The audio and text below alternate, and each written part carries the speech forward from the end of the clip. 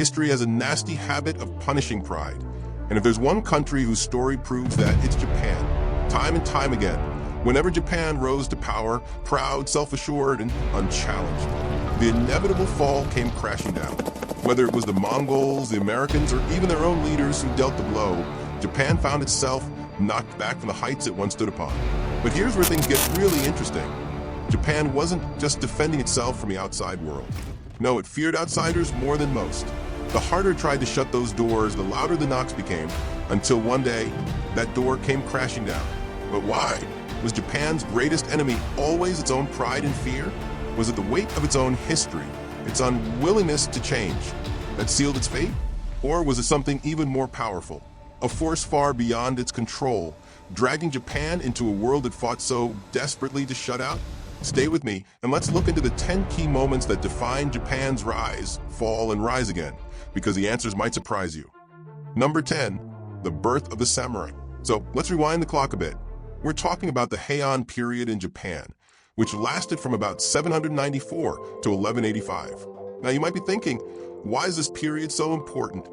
Well, it's during this time that the foundation for something that would shape Japan for centuries was laid, the birth of the samurai. Yeah, the samurai, those legendary warriors we all know, right? You've seen them in movies, read about them in books, or maybe even imagined being one at some point. But their rise wasn't as glamorous as Hollywood would have you think. It wasn't just about sword fighting and honor, though of course that was part of it. It all started with a pretty chaotic mix of politics, military power, and growing social shifts. You see, during the Heian period, Japan wasn't really united in the way we think of today. The emperor was there, but in practice, power had started shifting away from the capital and into the hands of regional military families. These were the samurai's predecessors, but they didn't have a title just yet. They were more like hired soldiers protecting land and helping powerful aristocrats keep their wealth and land intact. But here's where it gets interesting. As Japan's aristocracy started losing power, these regional military families began rising. And that's when the samurai really came into their own. It wasn't just a job anymore, it was a calling, a way of life. What makes the samurai so important in Japan's history, though, isn't just that they were great fighters, though let's be honest, they were definitely that. It's what they symbolized. The samurai became the backbone of Japan's feudal system. They weren't just warriors. They were the enforcers of the law, the protectors of the land. They had this strict code called Bushido, which was all about loyalty, honor, and courage. And that code didn't just define how they fought, it defined how they lived. The samurai represented a shift in Japan's society, from one of centralized power under the emperor to a more fragmented, militarized society where power was held by the strong and the loyal. And looking back, it's fair to say that this moment, the birth of the samurai, was a defining one in Japan's rise, fall, and rise again. These warriors weren't just fighting battles for survival. They were also laying the groundwork for a future that would see Japan rise to become an empire, but also face great destruction and rebirth. The samurai became the face of Japan's feudal system, and they would stick around for centuries, even shaping Japan's culture, politics, and identity long after the Heian period. So when you think of samurai, it's not just about swords and battles. It's about the values and the legacy they left behind that really defined who Japan was and would become. Number 9, the Heian period and cultural renaissance. All right, now let's shift gears a bit, because while Japan was starting to build up its military power with the rise of the samurai, something else was happening in the background during the Heian period. It's a time when Japan's pride wasn't just in battle or conquest, it was in the arts. I mean, think about it, Japan for centuries had been deeply influenced by China. But during the Heian period, Japan began to flourish in its own unique way. It was a time of cultural renaissance, and the Japanese took great pride in this cultural evolution. This is when Japanese art, literature, and philosophy truly came into their own. You had poets, painters, and artists coming up with ideas that were deeply rooted in Japan's own identity, not borrowed from China anymore. But the most important part of this cultural boom, it was literature, hands down. This is when Japan produced what's often called the world's first novel, The Tale of Genji. Written by Murasaki Shikibu, it's a story of romance, politics, and court life, and it wasn't just a book, it was a statement. It captured the complexities of life in the imperial court, full of love, betrayal, and everything in between. But more than that, it symbolized pride in Japan's own voice, separate from China's influence. And that, I think, is where the legacy of this period really shines. It wasn't just about creating something beautiful. It was about building a culture that was uniquely Japanese. This is the same time when things like calligraphy and painting flourished. Art wasn't just about beauty, it was about showing off the depth and complexity of the culture. Japan wasn't just trying to keep up with the world anymore. It was now setting the standard for culture and the arts in a way that would later influence the rest of the world. But at the heart of this was pride, Japan's pride in its ability to create and define its own cultural identity. They wanted to show the world that they were more than just warriors. They were intellectuals, artists, and thinkers. So when you look at this time, it wasn't just about the samurai rising up with their swords, it was also about the intellectuals rising with their pens, ready to carve out a legacy that would shape Japan for centuries to come. Number 8, the Mongol invasions. All right, now let's talk about a time when Japan was really put to the test, when the mighty Mongols came knocking at the door. This wasn't just some little skirmish. We're talking about an invasion that could have changed Japan forever, back in the 13th century. The Mongols, led by Kublai Khan, were on a mission to expand their empire, and Japan was in their sights. Now, Japan didn't exactly welcome the idea of foreign invaders. I mean, remember, this was the same country that had been deeply invested in keeping outsiders out for centuries. But when Kublai Khan decided to invade, Japan's fear was real. The Mongol army wasn't just large, it was an unstoppable force, with warships and soldiers ready to overrun Japan's defenses. And in case you were wondering, the Mongols weren't coming just for a little raid. They were coming to conquer and wipe out Japan's way of life. Here's where it gets interesting, though. Despite their fear, the Japanese didn't go down without a fight. In fact, Japan's military leadership under the shogunate prepared for the invasion by setting up a defense system. But no one really knew what would happen next. That's when something almost unbelievable occurred. As the Mongol fleet arrived off the coast of Japan in 1274, a massive storm rolled in. One so fierce, it destroyed a huge portion of the Mongol fleet. And this wasn't just any storm. The Japanese believed this to be the work of a divine wind or kamikaze sent by the gods to protect them. It was like nature itself was on Japan's side. Now, some people might say it was just a coincidence, but the timing was too perfect to ignore. The kamikaze wasn't just a wind, it became a symbol of Japan's survival against a force much stronger than it was. The Mongols tried again in 1281, sending an even larger fleet, but once again, the divine winds came to Japan's rescue. The second fleet was destroyed, and the Mongols gave up on their conquest of Japan. It's hard to imagine how different Japan's history would have been if the Mongols had succeeded. Fear played a huge role in their fight for survival, but it was also the belief in something greater, that Japan's will to survive had divine backing. The Mongols may have been a physical threat, but the idea of fate or divine intervention gave Japan a strength that went beyond their military defenses. Number 7, Oda Nobunaga and the Sengoku period. Now, if you've been following along, you'll notice that Japan's history is a mess of chaos and constant fighting. And by the time we hit the Sengoku period, which lasted from the 15th to the 17th century, things were pretty much at an all-time low. The country was divided, warlords fought for control, and power was constantly shifting from one region to the next. It was like Japan was stuck in this never-ending loop of destruction. But there was one man who decided he was done with that. His name? Oda Nobunaga. Nobunaga didn't want to sit back and let Japan stay in this state of chaos. He was determined to unite the country under one rule, his. And to do that, he needed a vision and some pretty aggressive strategies.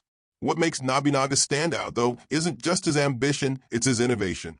You see, Nobunaga wasn't just a ruthless warlord. He was a man who embraced new technologies and military tactics that no one else was using at the time. While others stuck to traditional methods, he started using firearms, a game-changer in warfare during his time. He also understood the importance of fast and aggressive strikes, catching his enemies off guard and making them rethink their entire approach to battle. One of his most famous battles was the Battle of Okahazama in 1560, where he led a small force to defeat a much larger army. It was a classic David versus Goliath moment. Nobunaga's forces were outnumbered, but he used the element of surprise and speed to his advantage. This wasn't just about being powerful, it was about using his mind and the new technologies of the time to completely outsmart his opponents. Now, if you're thinking this all sounds like some kind of calculated power move, well, you're right. Nobunaga didn't just want power for the sake of it. He wanted to end the chaos, to bring some kind of order to Japan. But with that pride came a willingness to do whatever it took to achieve his goal, no matter the cost. And while he didn't fully complete the unification, his efforts laid the groundwork for the next generations of leaders, like Toyotomi Hideyoshi and Tokugawa Ieyasu, who would eventually finish the job. So when you think about Nobunaga, remember that he wasn't just fighting for land, he was fighting for a unified Japan, a vision that would change the course of history. His ambition and strategies were ahead of his time, and they were the first spark that started bringing Japan back together after decades of conflict. Okay, I've given you the juicy details, and you're still here, so I know you're hooked. But here's the thing, if you really want to see more of these epic stories, you're going to need to subscribe. Seriously, it's not just about you. By subscribing, you're helping keep this channel alive. Every time you click that button, you're telling YouTube, yes, I want to see more history, more deep dives, and more of this awesome content. And come on, you can't leave me hanging now. One little click from you keeps this channel going and keeps these videos coming. If you enjoy this, you owe it to yourself to be part of this journey. Plus, who doesn't want to learn more about history in a fun, unique way? You're already invested. Let's make it official and hit that subscribe button together. Don't let me down. Let's keep this rolling. Number 6, the Meiji Restoration. Okay, so we've seen Japan's rise and fall a few times now, but the Meiji Restoration? That's where things get really interesting. Up until the mid-1800s, Japan was still stuck in the past. Feudalism was in full swing, and everything was based on old traditions. The samurai were still around, and the country was divided into regions controlled by different warlords. But then came a moment that would change the entire course of Japan's history. In 1868, Japan decided it was time to let go of the old ways and start fresh. That's when the Meiji Restoration happened. Now, at first glance, you might think, why would Japan just decide to change everything? Well, they didn't have much of a choice. Japan had been isolated for over 200 years, but the world was starting to come knocking, specifically the Western powers. Remember, Japan had spent all those years keeping outsiders out, but now, with the arrival of Commodore Perry from the US in 1853, the doors were kicked wide open. It was either adapt or be left behind, and Japan, for all its pride, decided to adapt. So what happened? In one of the biggest shifts ever, Japan moved from a feudal system under the shoguns to a centralized government under the emperor. Emperor Meiji, who came to the throne in 1867, wasn't just a figurehead. He became the face of Japan's new modern identity. He led the charge in transforming Japan from a backward, isolated nation to a global power. And how did they do it? Modernization. Japan jumped headfirst into industrialization, and I'm talking about fast. They adopted Western technologies, built railways, created factories, and rapidly developed their military. This wasn't a slow change, it was an all-out, rapid transformation. One of the major things that helped drive this change was the import of Western knowledge. Japan sent students and officials abroad to learn about Western industries and governance. They weren't just copying the West, they were adapting it to fit their own culture and society. They took what they liked, discarded what didn't work, and created something new. And it wasn't just the government, it was the entire society. From education to fashion to technology, Japan was embracing the future like never before. But it wasn't all smooth sailing. Not everyone was on board with these drastic changes. The samurai, for example, weren't too happy about losing their power and privileges. Some tried to fight back, like in the Satsuma Rebellion, but in the end, the momentum of change was too strong. Japan wasn't just looking to catch up with the West, it was looking to compete on the world stage. By the turn of the 20th century, Japan wasn't just a nation of warriors, it was a modern industrial powerhouse. The Meiji Restoration laid the groundwork for Japan's future dominance, both economically and militarily in Asia and beyond. Number 5, Japan's role in World War II. All right, let's jump into a period where things got really intense for Japan, World War II. By the 1930s, Japan had been steadily rising as a military power. After the Meiji Restoration, Japan had been focused on modernization, and by the 1930s, it had become a force to be reckoned with in Asia. The country was ambitious, and its leaders had big dreams of becoming a dominant empire. Japan's pride had been built up to the point where it felt it needed to expand its influence. And the way to do that? Conquer neighboring territories. Japan was already at war with China by the early 1930s, and they were looking to extend their reach into Southeast Asia. Now let's talk about the big moment, the attack on Pearl Harbor in 1941. This was a game changer. Up until this point, Japan had been quietly building up its military and expanding its empire. But the attack on Pearl Harbor was a bold statement, a declaration of power. On December 7, 1941, Japan launched a surprise attack on the U.S. Navy base at Pearl Harbor in Hawaii. The attack was swift and devastating. Japan's leaders were hoping to cripple the U.S. fleet and by Japan time to expand its empire across the Pacific. What Japan didn't anticipate, though, was the massive backlash. Sure, they had achieved a quick victory, but they had also awakened a sleeping giant. The attack on Pearl Harbor united the United States and its allies in a way that Japan had never imagined. The US declared war on Japan the next day, and suddenly Japan found itself fighting against some of the world's most powerful nations. Japan's pride, which had driven its expansion, now became its biggest weakness. The war escalated quickly, and Japan's ambitions started to unravel. Fast forward a few years, and Japan's military, once so proud and powerful, was beginning to feel the weight of its decisions. By 1945, Japan had suffered immense losses, especially after the bombings of Hiroshima and Nagasaki. These atomic bombings brought Japan to its knees, and on August 15, 1945, Japan officially surrendered. The war was over and Japan's empire crumbled, leaving behind a nation devastated by the destruction it had caused and the pride that had fueled its actions. The aftermath of the war was devastating. Japan had lost its empire, cities were in ruins, and its people were left to pick up the pieces. But there was also a deep reflection. Japan had gone from being a proud military power to a nation forced to rebuild from the ground up. The aftermath of World War II wasn't just about the physical destruction. It was about Japan's reckoning with its pride and the consequences of trying to expand at all costs. The war left scars, but it also became the turning point that ultimately led to Japan's transformation into the peaceful, industrialized nation we know today. Number 4. The atomic bombings of Hiroshima and Nagasaki. So let's talk about one of the most tragic and defining moments in history, the atomic bombings of Hiroshima and Nagasaki. By 1945, the war was already brutal, but what happened next pushed it to a whole new level. On August 6th, the United States dropped the first ever atomic bomb on the city of Hiroshima. 3 days later, they dropped the second one on Nagasaki. The devastation was immediate and overwhelming. Entire cities were wiped off the map in a flash. Lives lost in an instant, families torn apart, and the survivors left to face the unimaginable aftermath. The bombings weren't just military strikes. They were a terrifying new reality for humanity. This was the first time nuclear weapons were used in warfare, and the scale of destruction was unlike anything the world had ever seen. In Hiroshima, around 140,000 people died by the end of 1945. Nagasaki lost around 70,000. These weren't just numbers, they were real people with families, dreams, and lives. The psychological impact on the survivors, known as hibakusha, was profound and carried with them the weight of survivors' guilt and trauma for the rest of their lives. Now, for Japan, the atomic bombings were a moment of absolute terror. It wasn't just the physical destruction, it was the sheer fear of total annihilation. Japan's pride as a nation was crushed under the weight of the bombings, and the fear of further destruction was enough to push Japan to its breaking point.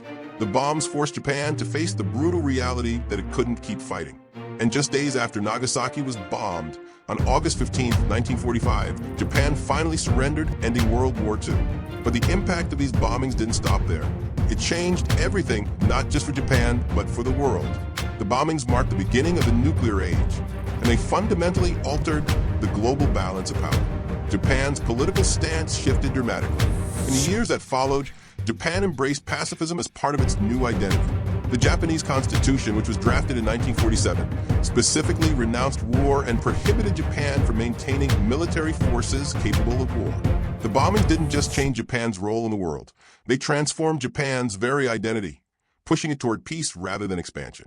For the world, the bombings were a wake-up call, a sobering reminder of the terrifying power humanity had unleashed. The bombings of Hiroshima and Nagasaki didn't just change the course of history. They served as a cautionary tale about the devastating effects of war and the power of nuclear weapons. Japan, once an empire of warriors, would rise from the ashes as a nation committed to peace, forever shaped by the horror it experienced. Number 3. Economic miracle and Japan's global rise. All right, so after the devastation of World War II, Japan was pretty much at rock bottom. Cities were in ruins, and its empire was gone. But what happened next? Well, this is where Japan's pride and determination come into play. Japan wasn't just going to stay down. It had something to prove. Within just a few decades, Japan managed to completely rebuild itself. And in doing so, it became one of the world's greatest economic powerhouses. We're talking about the Japanese economic miracle, a period where Japan transformed from a war-torn nation to the second largest economy in the world by the 1960s. Now, how did it happen? Well, it wasn't by accident. Japan's government implemented strong policies that focused on rebuilding infrastructure, stimulating industrial production, and investing in education. The Japanese workforce was incredibly disciplined and focused on building back better. The country also got a huge boost from US aid and access to global markets during the Cold War, but it was Japan's own work ethic and innovation that really propelled it to the top. By the 1970s, Japan wasn't just an economic powerhouse. It was also known for its technological innovations. Japan led the way in industries like electronics, automobiles, and robotics. Companies like Sony, Toyota, and Panasonic became household names around the globe. And Japan didn't just stop with technology. Its cultural influence was taking off too. Anime, manga, and Japanese cuisine became popular worldwide, creating a cultural wave that spread across continents. By the late 20th century, Japan had made its mark not just as an economic juggernaut, but as a global trendsetter in technology, entertainment, and lifestyle. But what's truly incredible is how Japan's pride wasn't just about achieving success. It was about showing the world that after all the devastation, it could rise again, and rise even stronger than before. This was a country that had been broken down to nothing, and yet within decades it was standing tall, not just competing, but leading in so many areas of global influence. Japan's post-war growth wasn't just about rebuilding, it was about resilience, creativity, and a desire to be the best in the world. And by the end of the 20th century, Japan was firmly established as one of the most influential countries on the planet. Number 2, the reopening of Japan and the end of isolation. So let's go back to the mid-1800s. Japan had been in self-imposed isolation for over 2 centuries. During this time, Japan was closed off to the rest of the world under the Tokugawa shogunate, with very strict rules preventing foreigners from entering and Japanese people from leaving. The idea was to protect the country from outside influences and maintain order. But in 1853, Commodore Matthew Perry from the United States came to Japan with a big message. Open up or face the consequences. And when I say big, I mean literally big. He arrived with 4 warships, something Japan had never seen before. The threat was clear. Japan had to end its isolation and start trading with the outside world, or things would get messy. Now let's talk about Japan's response to this. They were terrified. For years, Japan had prided itself on being this self-sufficient island. Keeping the outside world at bay was a matter of national security and pride. But suddenly, Commodore Perry's ships and guns were right at their doorstep, and Japan realized they couldn't hold out much longer. The Japanese government, faced with overwhelming military pressure, agreed to open up Japan to trade with the US and eventually other Western countries. But that moment, the arrival of Perry, marked a dramatic turning point in Japan's history. What happened next was huge. This event set off a chain reaction. The Tokugawa shogunate, which had ruled Japan for centuries, was undermined. It was clear that the old ways of keeping Japan isolated from the world were no longer viable. The pressure from the West, along with internal dissatisfaction, led to the collapse of the Tokugawa shogunate and the rise of a new government system. The Meiji Restoration followed in 1868, and with it came a complete political shift.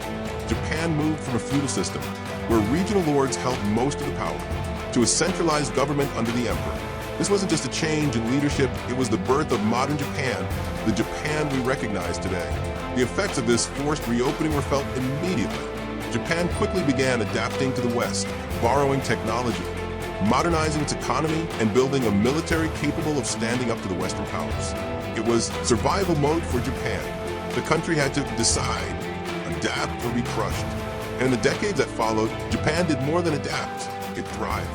The fear that led to Japan's opening up was ultimately the catalyst for its transformation into a modern power on the global stage.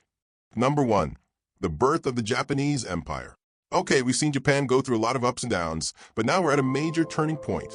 The birth of the Japanese Empire. This is where Japan really starts to make its mark on the world stage. After the chaos of the Sengoku period and the isolation during the Tokugawa shogunate, Japan was ready to step up and prove itself. The Meiji Restoration in 1868 wasn't just about political change. It was about transformation. Japan went from being a fragmented feudal society to becoming a unified nation under central government. But that was just the beginning. Once the Meiji government took control, their goal was simple but ambitious: modernize Japan and establish it as a global power. And they didn't just stop at internal reforms. Japan's leadership realized that if they wanted to compete with the Western powers, they needed more than just industrial progress. They needed military strength and territorial expansion. This was where Japan's imperial ambitions really started to take shape. Japan's pride was at the heart of this. The leaders of the Meiji government weren't just looking to catch up with the West. They wanted to surpass them. They were determined to build an empire that would rival those of Europe and America. So in the late 19th and early 20th centuries, Japan adopted expansionist policies to assert its dominance in East Asia. It wasn't just about territory, it was about showing the world that Japan was a force to be reckoned with. In 1895, Japan made its first big move by defeating China in the First Sino-Japanese War. This victory gave Japan control over Taiwan and solidified its status as a rising power. Then in 1904 to 1905, Japan faced off with Russia in the Russo-Japanese War, and in a surprising turn of events, Japan came out on top. This victory was huge. It was the first time an Asian power had defeated a European power in modern history, and it gave Japan even more pride in its growing empire. By the time we hit the early 20th century, Japan was no longer just a regional power. It had become a full-fledged imperial power. Its expansion into places like Korea, Manchuria, and even parts of China showed that Japan wasn't just aiming to protect its borders. It was determined to build an empire that could rival the great Western nations. This drive for expansion wasn't just about pride. It was about survival. Japan knew that in a world dominated by Western powers, the only way to survive and thrive was to claim its place among the empires of the world. So when we look at the birth of the Japanese Empire, we're really looking at a nation that had been through a lot of turmoil and came out the other side with a clear mission: to be a global power, to prove that they could stand shoulder to shoulder with the Western empires, and to build a legacy that would last. And while that ambition would eventually lead to some of the most significant conflicts in history, it all began with Japan's determination to create its own destiny and leave its mark on the world. So let's take a moment to think about everything we just covered.